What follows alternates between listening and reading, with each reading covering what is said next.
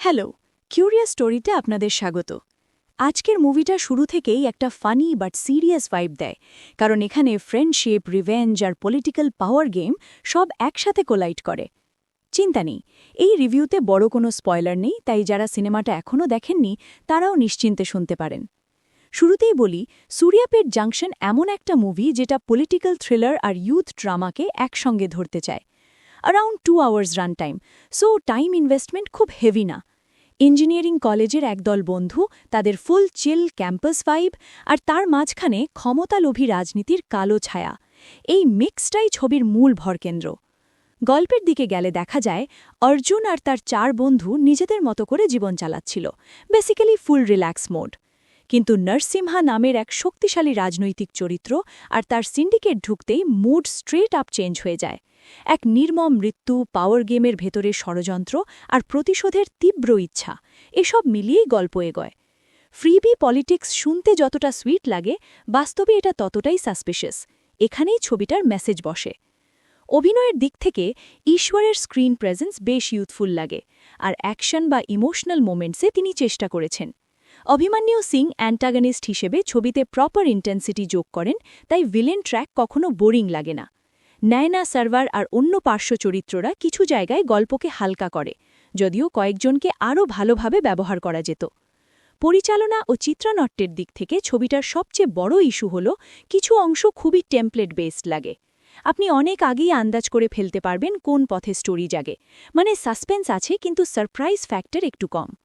পেসিং মোটামুটি ঠিকঠাক, কিন্তু স্ক্রিন প্লে আরও শার্প হলে ইম্প্যাক্ট অনেক বেশি হতো।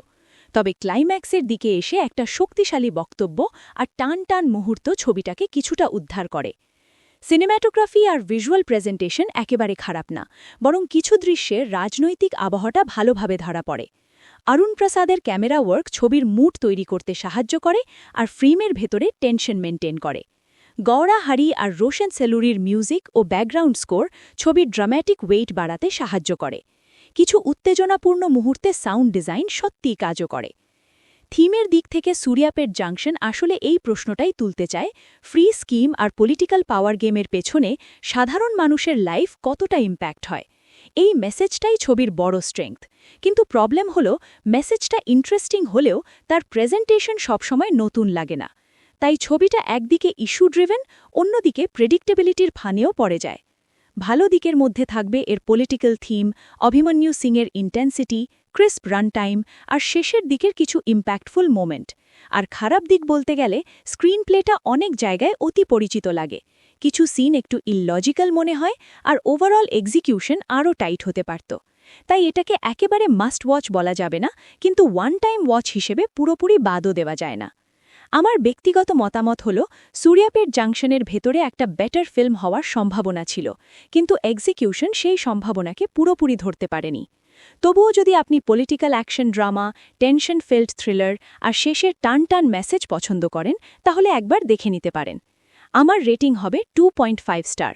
ভিডিওটা হেল্পফুল লেগে থাকলে লাইক, কমেন্ট, শেয়ার করে দিন, আর এমন আরও মুভি রিভিউ, স্টোরি এক্সপ্লেনেশন আর এন্টারটেইনমেন্ট কন্টেন্ট পেতে কিউরিয়াস স্টোরির সাথেই থাকুন। সব মিলিয়ে সূর্যাপেট জাংশন এমন একটা সিনেমা যেটা গল্পের চেয়ে মেসেজ আর ক্লাইম্যাক্সের জন্য বেশি মনে থাকে। এই ছিল সূর্যাপেট জাংশন মুভির রিভিউ।